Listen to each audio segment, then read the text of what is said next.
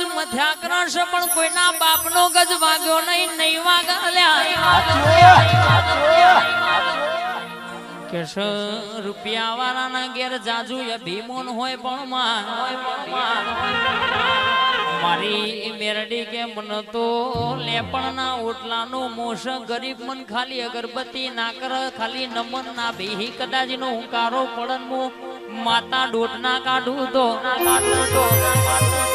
મારી કડી નંદાહણ જાહલપુર કરનારી સૈયદ હવા હો બેબડીઓ ધુણાવનારી મારી મુસલમાન ભેડી તાજિયા રમનારી